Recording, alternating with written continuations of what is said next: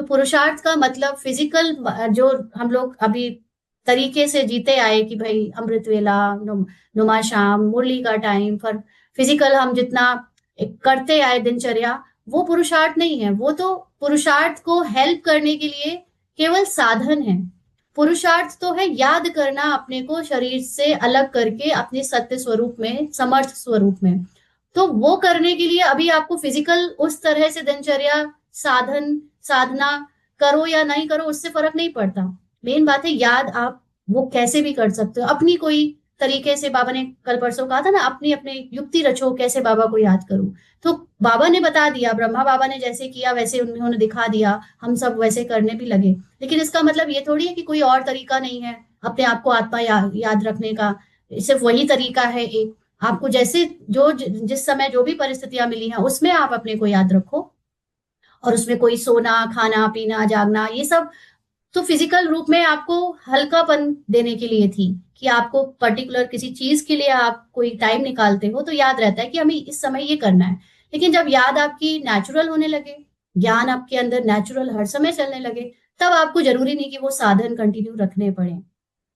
तो ब्रह्मा की औलाद भाई बहन हो, ईश्वरी पोत्रे पोत्रियां हो, उनसे वर्षा ले रहे हो, जितना पुरुषार्थ करेंगे उतना पद पाएंगे।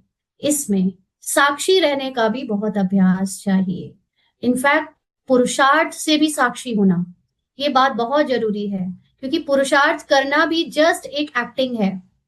पुरुषार्थ करना भी सच्चाई नहीं है। मैं हूं ही आत्मा, और मैं आत्मा जो इस सारी संसार की जो भी पॉलिटिक्स चल रही है, इवन पुरुषार्थ भी जो चल रहा है, ये भी पुरुषार्थ भी एक ईगो है। ये पुरुषार्थ भी एक झूठी लेयर है कि मैं, इट्स लाइक कि मैं रूपाली बनने की एक्टिंग कर रही हूँ, मैं रूपाली बनने का पुरुषार्थ कर रही हूँ। अरे भाई मैं हूं ही रूपाली, मैं रूपाली हूं ही, तो अब मैं रूपाली बनने का जो कुछ भी बाहरी रूप से करूंगी वो ढोंग है। तो ये सच्चाई है कि इवन ये पुरुषार्थ भी एक ढोंग है, ये भी जस्ट एक्टिंग है। मैं ऑलरेडी जो हूं वो बनने के लिए मुझे ये ढोंग करना पड़ रहा है, जबकि मैं ऑलरेडी वो हूं। तो इसलिए इससे भी साक्षी हो जाओ, पुरुषार्थ से भी साक्षी हो जाओ कि ड्रामा तुमसे कैसा पुरुषार्थ करा रहा है। तुम तो आत्मा हो ही।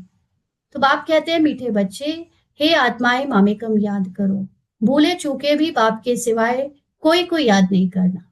अपने सेल्फ जो साइलेंस बीइंग है उसको याद रखो। बाकी कोई फिजिकल रूप में अगर मेरा लगता है तो उस समय अपने को याद दिलाओ कि ये मेरा किस रूप में कौन है, किसे लग रहा है। अपने सत्य स्वरूप को वहां अंदर ही अंदर क्वेश्चन करके वापस वहीं पहुंच जाओ।